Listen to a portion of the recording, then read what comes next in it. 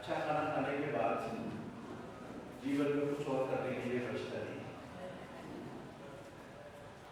इसलिए आमतौर से हम लोग ये कोशिश करते हैं कि अगर दोपहर के बाद कोई सब्जी चलाना हो तो खाने की क्वालिटी थोड़ी सी नीचे भी रहनी चाहिए, लेकिन आयुर्वेद ने ध्यान नहीं रखा। मैं सीधे विषय पर आना चाहता हूँ, क्योंकि मैं जिन पहलुओं को लेना चाहता हूँ, उस 100 साल को लेना चाहता हूँ, तो उसमें थोड़ा सा समय लग सकता है। मेरी ये मान्यता है कि जलियांवाला बाग इस देश की आजादी की लड़ाई का रियल स्पार्क था, इग्निशन। इस देश की संगठित और सुगठित राजनीति की शुरुआत जलियांवाला बाग के बाद हुई। और ये केवल भावनात्मक सवाल नहीं है। 1857 की बगावत बहुत बड़ी लड़ाई थी, लेकिन एक वो स्वतः स्फूर्त थी, कोई योजना नहीं थी, कोई हाईकमान नहीं था। दूसरा वो बहुत बिखरी हुई थी। हालांकि उस लड़ाई ने 2 बड़े छाप छोड़ी थी इस देश की राजनीति पर। पहली छाप तो ये थी कि उसने हिंदू और मुसलमानों की एकता को एकदम से व्यवहार में उतारा, और दूसरी छाप जिसकी चर्चा बहुत कम होती है वो ये कि उसके बाद बहादुर शाह जफर साहब को बादशाह पर बिठाने के बाद राज बहादुर शाह जफर साहब ने चलाया था। राज चलाने के लिए उन्होंने 11 लोगों की एक काउंसिल बनाई थी, जिसमें आधे सैनिक थे, आधे किसान थे, आधे हिंदू थे, आधे मुसलमान थे। वो फैसला लेते थे और बहादुर शाह जफर साहब उसको रख के मोहर लगाए। लेकिन इसके बावजूद भी वो उसको कोई संगठित राजनीतिक बगावत नहीं कहा जा सकता। वो स्वतः 1919 इस घटना ने इस देश में संगठित राजनीतिक बदलाव की शुरुआत की। उसका कारण था, उसके 2 महत्वपूर्ण कारण थे। पहला एक तो कारण यह था कि पहला विश्व युद्ध समाप्त हुआ था। 13 लाख सैनिक हिंदुस्तान के लड़ने के लिए गए थे उन देशों में जिनसे हमारा कोई झगड़ा नहीं था। उनमें से 74,000 सैनिक शहीद हो गए थे, कोई लौट के नहीं आया। लेकिन उन 13 लाख ने दुनिया देखी थी, जिसको कहते हैं ना ब्लेसिंग इन डिस्गाइज। वो 13 लाख दुनिया देख कर आए थे। वो फ्रांस देख कर आए थे, वो ब्रिटेन देख कर आए थे, वो अफ्रीका देख कर आए थे, और एक नई दुनिया को समझ कर आए थे। एक और दूसरा, 1917 में दुनिया ने एक बहुत बड़ा बदलाव देखा था, जिसे बोल्शेविक रेवोल्यूशन के नाम से। इन दोनों का असर था, जिसकी वजह से ये एक महत्वपूर्ण प्रस्थान बिंदु है भारत की राजनीति में। मैं राजनीति के माइक्रो और नैनो आख्यान तक अपनी बात केंद्रित नहीं करूंगा। हाड़वास के आदमियों के बारे में बात नहीं करूंगा। राजनीति को हमेशा मैक्रो एनालिसिस के रूप में देखकर ही हम ज्यादा ठीक तरीके से किसी नतीजे पर पहुंच सकते हैं। इसलिए हम उसका एक मैक्रो एनालिसिस करने की अगर कोशिश करें तो एक रोचक बात दिखती है हमें, जिसके लिए मैंने एक नया शब्द सोचा है। एक रोमांचक विडंबना दिखती है हमें कि ये 100 साल हिंदुस्तान की 5000 साल की 7000 साल की सभ्यता में जितनी वाइब्रेंट गति के साथ विकास, उन्नति, अग्रगति और परिवर्तन के साथ है, उसी तरीके से ये 100 साल उतनी ही तीव्रता के साथ पीछे की ओर ले जाने के लिए 100 साल। पूरे मनुष्य समाज में, हिंदुस्तान में तो नहीं हुआ, लेकिन पूरे मनुष्य समाज में इतनी रोमांचक विडंबना शायद ही पहले कभी देखी गई हो, जिसे हम देखते हैं। मोटे तौर पर अगर हम 300 साल के समय को बांटे तो वो 4 तरीके के दौर में बांटे जा सकते हैं। पहला दौर है मुक्ति की छटपटाहट और जद्दोजहद का दौर,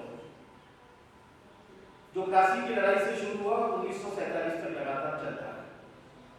दूसरा दौर है विचार और सृजन की आधारशिला रखने का दौर, फाउंडेशन का दौर। ये 1947 से लेकर 1974 तक चला हमारे देश में। तीसरा दौर है संशय, ठहराव और गतिरोध का दौर। ये सबसे माइल्ड शब्द है जो मैं इस्तेमाल कर सकता हूं, और ये दौर है इमरजेंसी से लेकर 1990 तक का। 1990 के बाद का जो दौर है उसे भी अगर न्यूनतम हानिकारक शब्दों में इस्तेमाल किया जाए तो ये ध्वंस, विनाश और विश्वासघात का दौर है। 1991 से लेकर 2014 तक उसकी तीव्रता के आयाम अलग हैं और 2000 उसको अगर हम ये कहें तो वो एक तरीके से वार्मिंग है और 2014 के बाद से वो शुद्ध अर्थों में हारागिरी का दौर है। ये संलेखन का समय नहीं है, ये हारागिरी का समय है। इसलिए इस राजनीति ने ऐसे रूपांतरण क्यों किए, इसको अगर हम मैक्रो लेवल पर एनालाइज करने की कोशिश करें तो हमें अपने आजादी की लड़ाई के उस पूरे संग्राम को देखना पड़ेगा जो बहुत विविध है। हमारी लड़ाई केवल अंग्रेजों को भगाने तक सीमित नहीं थी। हमारी लड़ाई एक वैचारिक, सामाजिक और राजनीतिक उथल-पुथल थी। जो लड़ रहे थे, जो गोली खा रहे थे, जो फांसी पे चढ़ रहे थे, वो सोच रहे थे और वो ये सोच रहे थे कि हम गुलाम क्यों हुए। वो ये सोच रहे थे कि अगर हम आजाद हो जाएंगे तो किस तरीके की आजादी हमें चाहिए और ये सोच विचार की श्रृंखला के तमाम सारे आयाम थे। इसका कोई बहुत ही चमकता हुआ जाज्वल्यमान सबसे स्पष्ट रूप अगर कोई था तो वो भगत सिंह थे, जो जाति के बारे में भी सोचते थे, आस्तिकता के असर के बारे में भी सोचते थे, सामाजिक आर्थिक व्यवस्था के बारे में भी सोचते थे। इसके एक इवॉल्व होते हुए बहुत बड़े व्यक्तित्व थे जिनकी ये 150वीं वर्ष चल रही है, महात्मा गांधी। ये दो ध्रुव नहीं है, ये दो तरीके की धाराएं नहीं है, बल्कि ये उस पूरी सामाजिक वैचारिक उथल-पुथल के दो बड़े नाम हैं। इनके अलावा भी बहुत सारे नाम हैं, लेकिन हर व्यक्ति सोच रहा था।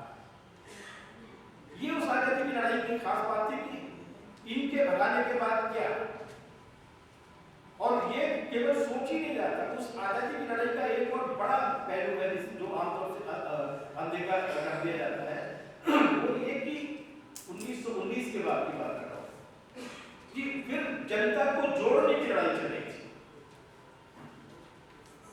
1920 में सारे मजदूरों को किस तरीके से आजादी की लड़ाई में उतारा जाए और इंडियन ट्रेड यूनियन कांग्रेस बनी थी। 1936 में विद्यार्थियों को किस तरीके से इस परिवर्तन की लड़ाई से जोड़ा जाए, स्टूडेंट फेडरेशन बननी थी, जिसके नेता यहाँ पर बैठे हुए हैं। किसानों को किस तरीके से उतारा जाए, उसके लिए किसान सभा बननी थी 36 में। विचार करने वाले, सृजन करने वाले लेखकों, कवियों को किस तरीके से जोड़ा जाए, उसके लिए पीडब्ल्यूए बनना था। मतलब जनता को उस लड़ाई में उतारने की जो कोशिश की जा रही थी, ये छोटी-मोटी कोशिश नहीं है। ये उस देश में की जा रही है जहां पर कंपार्टमेंटलाइज्ड सोसाइटी, किसको क्या करना है ये पहले से तय है। किसान को केवल हल चलाना है, जमींदार की सेवा करनी है, विद्यार्थी को केवल पढ़ना है, उसके बाद गुलामी करनी है, मजदूर को केवल काम करना है। उसे ये राजनीति के मामले में पढ़ने की कोई आवश्यकता नहीं है, ये लिखा हुआ है शास्त्रों में, विधान में। उस देश में उस कंपार्टमेंटलाइजेशन को तोड़ना एक बहुत बड़ा क्रांतिकारी काम था, जो 1919 के उस दुर्घटना के बाद देश की जनता ने सीखा। उसे अगर आज जिनकी सालगिरह है, अकबर इलाहाबादी साहब, उनके एक शेर में कहा जाए तो उन्होंने कहा था ना, बुद्धू मियां भी हजरत गांधी के साथ है, वो मुश्ते खाक है मगर आंधी के साथ। इस लड़ाई की खास बात ये थी कि उसने बुद्धू मियां को भी सड़क पे ला दिया था, इसने गांव में रहने वाले खेत मजदूर को और किसान को भी मैदान में ला दिया था। ये 5000 साल की जड़ता को तोड़ने का बहुत बड़ा काम था। उस पूरे विमर्श से निकल के क्या है, उस पूरे विमर्श से निकलकर जो चीजें आई उनको अगर हम 4 मोटी चीजों में बांट लें, बिना किसी विवाद में पड़े हुए, मैं अपनी पार्टी का नाम बिल्कुल नहीं लूंगा इसमें, हम सारे लोग एक बड़ी सामाजिक परिवर्तन की, राजनीतिक परिवर्तन की धारा के हिस्से हैं। उसी के रूप में हम आपको अपने आप को मानेंगे तो हम उसमें अपने योगदान को कर पाएंगे। उसमें पहला जो आया था वो 1921 में भारतीय राष्ट्रीय कांग्रेस के सम्मेलन में मौलाना हसरत मोहानी और कुमारानंद का वो प्रस्ताव था, जिसमें उन्होंने बात की थी कि कोई बीच का रास्ता नहीं चाहिए, पूर्ण स्वराज चाहिए। ये पहला काम था जिसे उस अधिवेशन ने नामंजूर कर दिया। लेकिन उसके पीछे जो दर्शन था और उसके बाद जो बहस शुरू हुई है वो बड़ी रोचक है, दिलचस्प है, पढ़िए उसको। उसके बाद फिर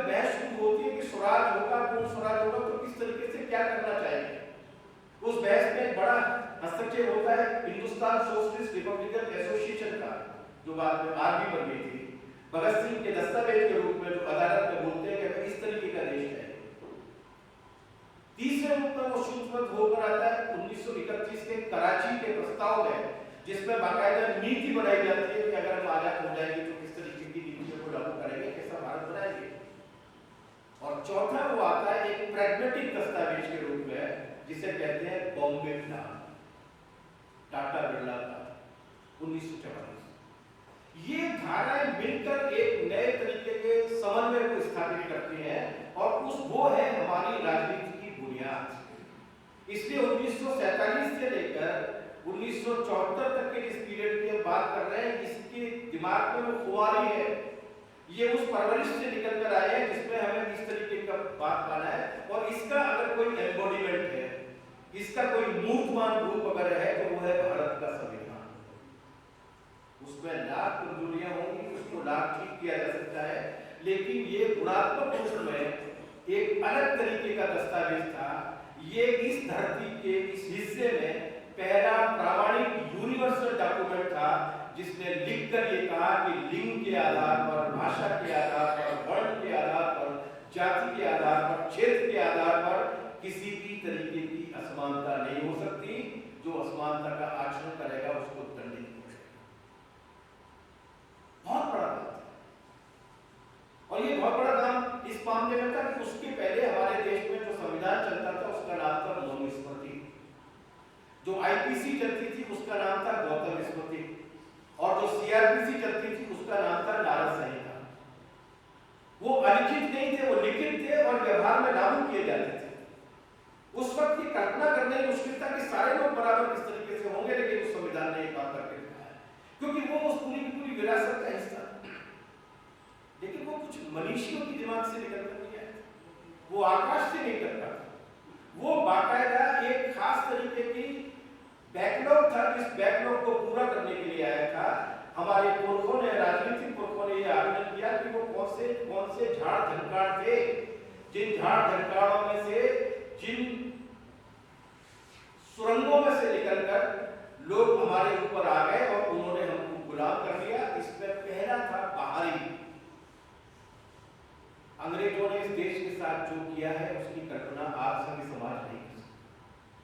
तो रामविलास शर्मा जी का लेख चलता है यहाँ पर काफी। रामविलास शर्मा जी की एक किताब में 2 खंडों में मार्क्स ने इसमें लिखा है, तदवई नौरोजी ने इस पर लिखा है, रणदीप पामदत्त ने लिखा है, और शशि थरूर ने भी जिंदगी में एक अच्छा काज किया है कि एक किताब इस बारे में लिखी। प्लंडर भी उसके लिए छोटा शब्द, लूट भी उसके लिए छोटा शब्द। मैं केवल एक उदाहरण दे रहा हूँ कि दादाभाई नौरोजी जो ब्रिटिश पार्लियामेंट के मेंबर थे, उन्होंने लिखा है कि महमूद गजनवी 18 बार आके जितनी लूट करके नहीं गया है, उससे ज्यादा लूट एक साल में अंग्रेज इस देश की करके जाते हैं। 6 करोड़ रुपया उस जमाने में बहुत होता था। 6 करोड़ रुपया हर साल जाया करता था। उसका सामाजिक असर क्या हुआ था, इसका मैं केवल एक उदाहरण, 2 उदाहरण दे रहा हूं आपको। 18वीं सदी में इस देश की 50% आबादी शहरों में रहा करती थी। 19वीं शताब्दी के अंत तक, अंग्रेजों के राज के 100 साल पूरे होने तक, केवल 15% आबादी शहरों में बची थी। दुनिया की जीडीपी का 30% पैदा किया करता था ये देश, जो व्यापार के जरिए दुनिया में जाएगा। पूंजीवाद में संक्रमण के लिए पूरी तरीके से तैयार थे। उसे जिस तरीके से तहस नहस किया है, ढाका की आबादी जो 2 लाख हुआ करती थी, जो बहुत बड़ा शहर था उस जमाने में, उसको 10 साल में घटाकर उन्होंने 50,000 और 20 साल में घटा के 6,000 कर दिया। मैनचेस्टर का कपड़ा बिके, इसलिए अंगूठे काट लिए गए, मलबल के लूम्स को बर्बाद कर दिया। तो ये बहुत बड़ा विनाश हुआ था, जिस विनाश से आपको रिकवर करना था। दूसरी समस्या थी आंतरिक। हम बटे हुए थे। अभी भले ग्वालियर की रानी आप पर राज कर ले, लेकिन उसके पहले जयपुर के किसी राजा को ग्वालियर तक पहुंचने के लिए कम से कम 22 रियासतें पार करनी पड़ती, जिनके अपने झंडे थे, जिनकी अपनी सेना थी, जिनकी अपनी मुद्रा थी। जयपुर और जोधपुर वाले में भी नहीं बनती थी।